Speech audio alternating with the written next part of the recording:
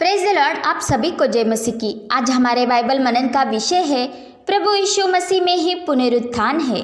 प्रियो, मनुष्य अपने पापों के कारण अपने आत्मिक जीवन में मृत हो जाता है तथा जब कोई किसी कारणवश अपने जीवन में संपूर्णतः निराश हो जाता है और अपने आप को ही कोसते हुए परमेश्वर से दूर रहने लगता है या कोई अपने पापों के कारण डर के मारे परमेश्वर से अलग हो जाता है, परंतु इन हालातों में भी उठकर परमेश्वर की ओर नहीं फिरता और न ही उसके पास आता है, तो ऐसा व्यक्ति अपने आत्मिक जीवन में मृत होने लगता है और सूखी हड्डियों के समान हो जाता है।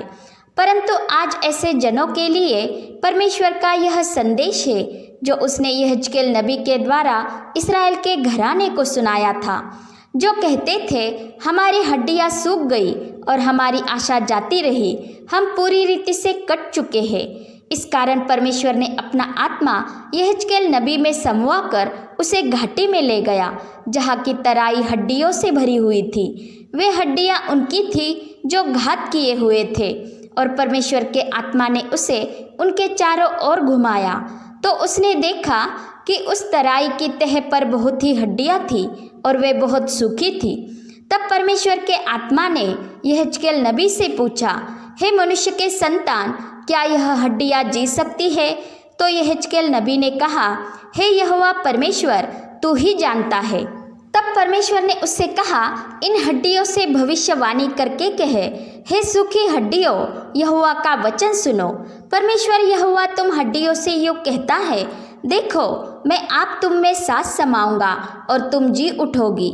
मैं तुम्हारी नसें उपजा कर मांस चढ़ाऊंगा, तुमको चमड़े से ढापूंगा, तुम में सांस समाऊंगा और तुम जी जाओगी और तुम जान लोगी कि मैं यहोवा हूँ। और जब इस आज्ञा के अनुसार यहेजकेल नबी भविष्यवाणी कर ही रहा था कि एक आहट आई और भूडोल हुआ और वे हड्डियां इकट्ठी होकर हड्डी से हड्डी जुड़ गई, और यहेजकेल नबी देखता ही रहा था कि उनमें नसें उत्पन्न हुई और मांस चढ़ा और वे ऊपर चमड़े से ढप गई। प्रियो, हम भी पाप और मृत्यु की व्यवस्था के कारण सूखी हड्डियां ही हो गए थे, क्योंकि जब आदम के आज्ञा न मानने के कारण पाप जगत में आया और पाप के द्वारा मृत्यु आई, और इस रीति से मृत्यु सब मनुष्यों में फैल गई, इसलिए कि सबने पाप किया। परंतु व्यवस्था के दिए जाने तक यह पाप जगत में होकर भी पाप नहीं गिना गया था, क्योंकि जहाँ व्यवस्था नहीं वहाँ पाप गिना नहीं जाता।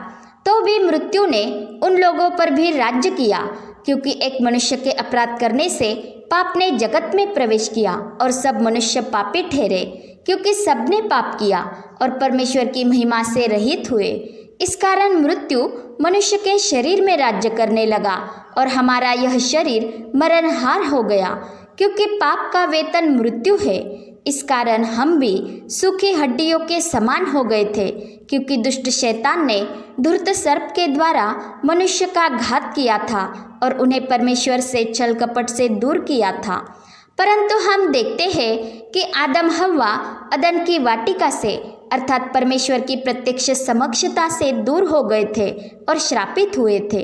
परंतु परमेश्वर ने सारे मानव जाति के उद्धार का उपाय भी किया था, जिसका अभिवचन उसने अदन की वाटिका में ही आदम हव्वा के सम्मुख दिया था, और उसे ही पूरा करने के लिए परमेश्वर ने प्रथमतः अब्राहम के द्वारा, जो इब्री था, उसके वंश को अर्थात इस्राएल को मूसा द्वारा अपनी प्रजा के तौर पर चुन लिया था और उसे ही प्रथमतः व्यवस्था दी थी। और पुनरुद्धार का अभिवचन जो उन्हें दिया गया था वही सबके लिए उद्धार का अभिवचन है, जिसके तहत परमेश्वर ने यहेजकेल नबी के द्वारा कहा था, मैं तुम्हें नया मन दूंगा और तुम्हारे भीतर नया आत्मा उत्पन्न करूंगा और तुम्हारी देह में से पत्थर का हृदय निकालकर तुम्हें मांस का हृदय दूंगा।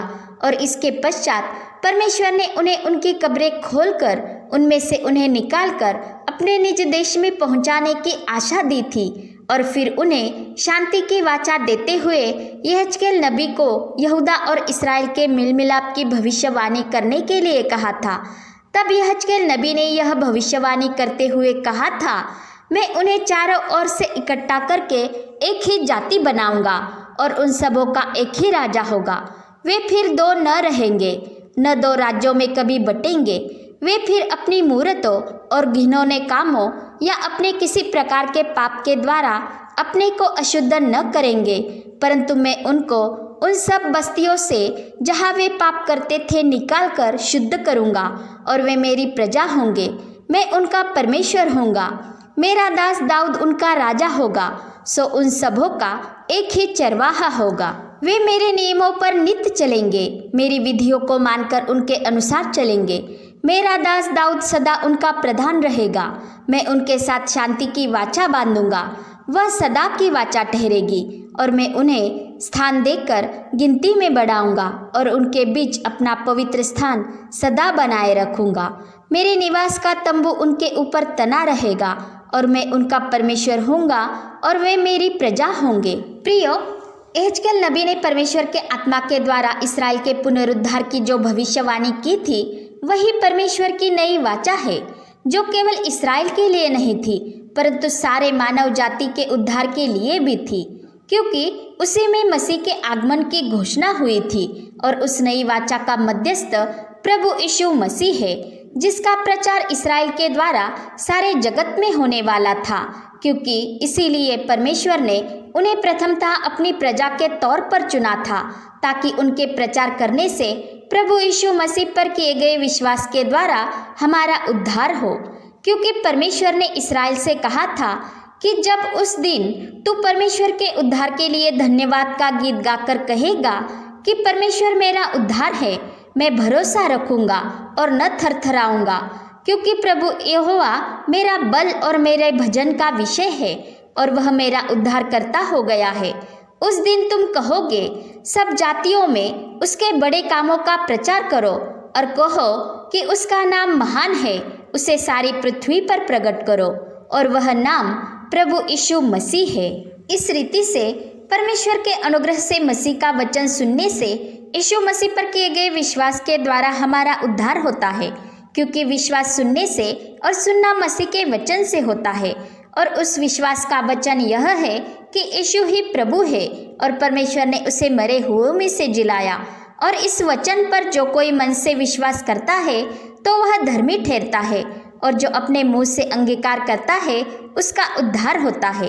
अर्थात परमेश्वर के अभिवचन के तहत प्रभु यीशु मसीह परमेश्वर के स्वरूप में होकर भी मानव रूप धारण करके इस जगत में आया और दास का स्वरूप धारण किया, और हमारे पापों के बदले अपने ही देह का एक ही बार का बलिदान उसने क्रूस पर चढ़ाया, और जो दंड हम पर था उसने अपने ऊपर ले लिया और अपने लहू से हमें मोल लिया। और तीसरे दिन मरे हुए में से जी उठकर वह हमारे लिए मृत्यु पर जयवंत हुआ और हमें सार्वकालिक मृत्यु के चंगुल से छुड़ाया।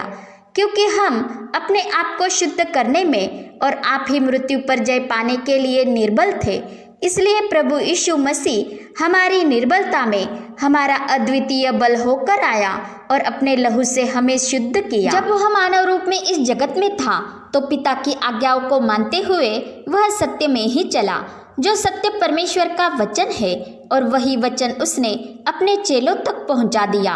इस रीति से उसने अपने आप को पवित्र किया ताकि हम भी सत्य के द्वारा पवित्र किए जाए।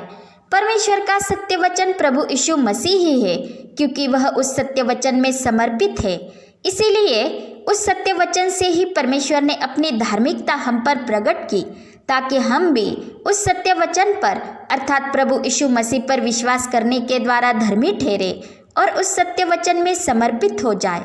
उसी तरह जैसे सूखी हड्डियों पर भविष्यवाणी करके उन्हें जिलाकर परमेश्वर ने इस्राएल के घराने की आशा को जीवित किया था जो जाती रही थी, उसी प्रकार परमेश्वर ने हमारे लिए व्यवस्था के स्थान पर एक ऐसी उत्तम आशा रखी है जिसके द्वारा हम परमेश्वर के समीप जा सकते हैं, और उसके द्वारा जो परमेश्वर के पास आते हैं वह उनका पूरा पूरा उद्धार कर सकता है, क्योंकि वह उनके लिए विनती करने को सर्वदा जीवित है। और प्रभु यीशु मसीह में ही हमारा परमेश्वर के साथ मेल मिलाप होता है, और उसी मेल मिलाप का वचन जो उसने इस्राएल और यहूदा के विषय कहा था हमारे लिए भी पूरा हो जाता है। क्योंकि हम जो शारीरिक रीति से अन्य जाति थे और इस्राएल की प्रजा के पद से अलग किए हुए थे, हम जो आशाहीन थे, हम परमेश्वर के बिना थे, परंतु अब हम यीशु के लहू के द्वारा परमेश्वर के निकट हो गए हैं, क्योंकि प्रभु यीशु मसीह पर किए गए विश्वास के द्वारा हम परमेश्वर की संतान हो जाते हैं और मसीह में बपतिस्मा लेकर हम मसीह को ही परिधान करते हैं। उसमें किसी के लिए भी भेद न रहा, न कोई यहूदी रहा और न कोई यूनानी, न कोई दास रहा, न कोई स्वतंत्र, न कोई नर, न कोई नारी, क्योंकि हम सब मसीह में एक हो जाते हैं। अब हम दो राज्यों में नहीं बटेंगे, अर्थात हम परमेश्वर के राज्य के ही होकर रहेंगे। हम संसार के चाल चलन के अनुसार नहीं चलेंगे, क्योंकि हम यीशु के लहू से मोल लिए गए हैं। हम उसके लहू से शुद्ध हो गए हैं। हम परमेश्वर की प्रजा के हो गए हैं और परमेश्वर का दास दाऊद, अर्थात जो दाऊद के घराने में जन्म लेकर मानव रूप में इस जगत में आया, अर्थात जो हमारा प्रभु यीशु मसीह, वही हमारा राजा है। हम सबका वो उत्तम चरवाहा है। वो हमारा सदा का प्रधान है। वो ही हमें बढ़ाता है और हमारे बीच अपना पवित्र स्थान सदा बनाए रखता है। अर्थात जब हम मसीह में एक देह हो जाते हैं और हमारा मेल परमेश्वर के साथ हो जाता है, तो हम व्यवस्था के द्वारा ही व्यवस्था के लिए मर जाते हैं, ताकि हम परमेश्वर के लिए जिए और मसीह यीशु हम में जीवित रहे, जिसने हमसे प्रेम किया और हमारे लिए अपने आप को दे दिया।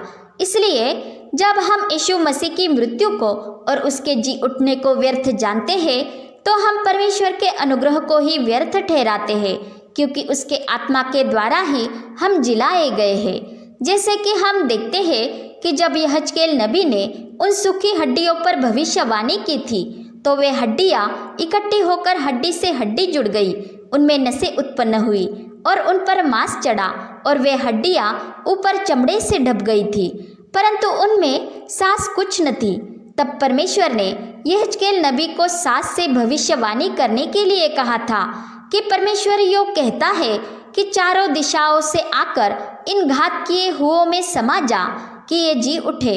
और जब इस आज्ञा के अनुसार यहजकेल नबी ने भविष्यवाणी की, तब सांस उनमें आ गई और वे जीकर अपने पांव के बल खड़े हो गए और एक बहुत बड़ी सेना हो गई। यह सांस परमेश्वर का पवित्र आत्मा है, जिसे परमेश्वर ने प्रभु यीशु मसीह पर किए गए विश्वास के द्वारा हमारे हृदय में समाया है।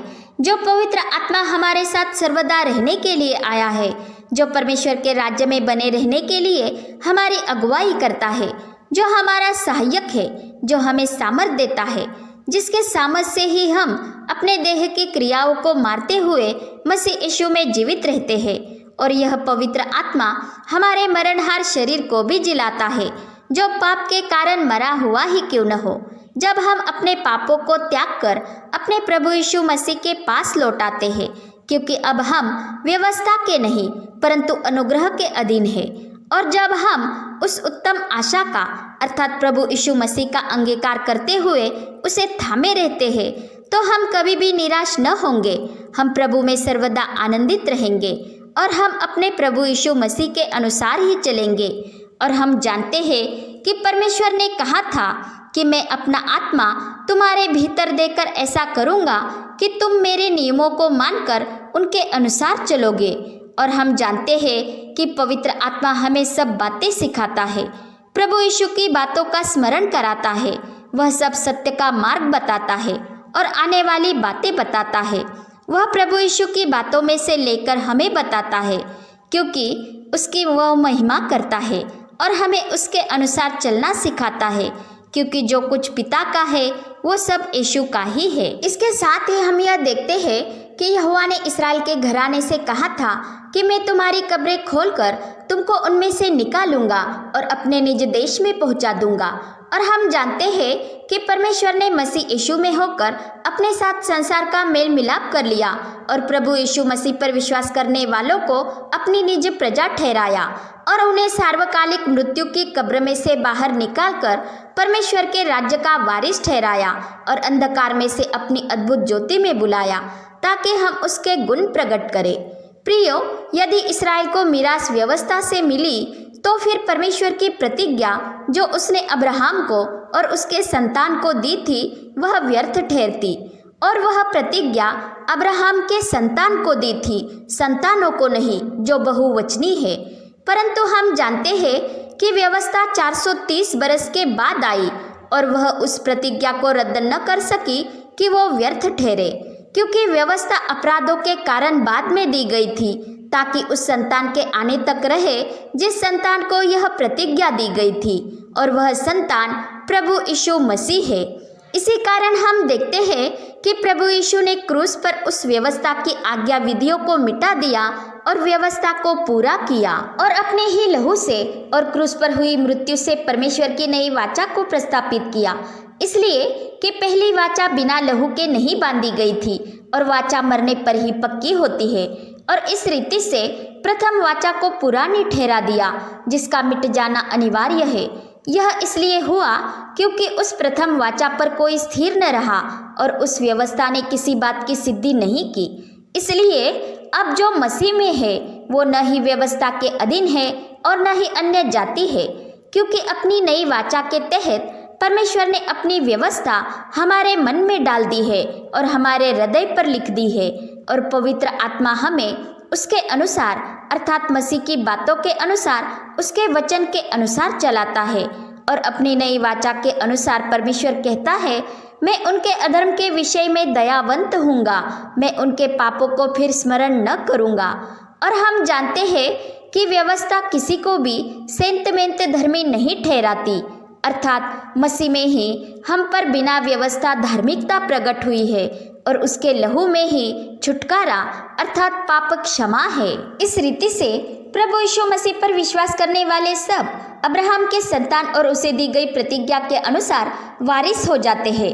उसमें किसी के प्रति भेद न रहा, और इसे ही हम जान पाए हैं कि इस्राएल के पुनरुद्धार का अभिवचन मसीह के बिना नहीं दिया गया था, क्योंकि अब्राहम से की गई प्रतिज्ञा भी मसीह के बिना नहीं थी, और उसी प्रतिज्ञा के अनुसार हम मिरास प्राप्त करेंगे। अर्थात जब प्रभु यीशु मसीह का पुनरागमन होगा तो हम बादलों पर उठा लिए जाएंगे और अपने प्रभु यीशु मसीह के संग परमेश्वर की अनंत मिरास में सर्वदा वास करेंगे, क्योंकि प्रभु यीशु मसीह में ही उद्धार है और वो ही पुनरुत्थान और जीवन है। इसलिए हम भी परमेश्वर के किए हुए उद्धार से मनमगन हो गए हैं, और हमारी हड्डी हड्डी कहती है, हे मेरे प्रभु परमेश्वर, तेरे तुल्य कौन है। और मसीह की ओर से सबसे निवेदन करते हैं कि परमेश्वर से मेल मिलाप कर लो। पिता परमेश्वर का प्रेम, प्रभु यीशु मसीह का अनुग्रह और पवित्र आत्मा की सहभागिता हम सभी पर बनी रहे। आमीन।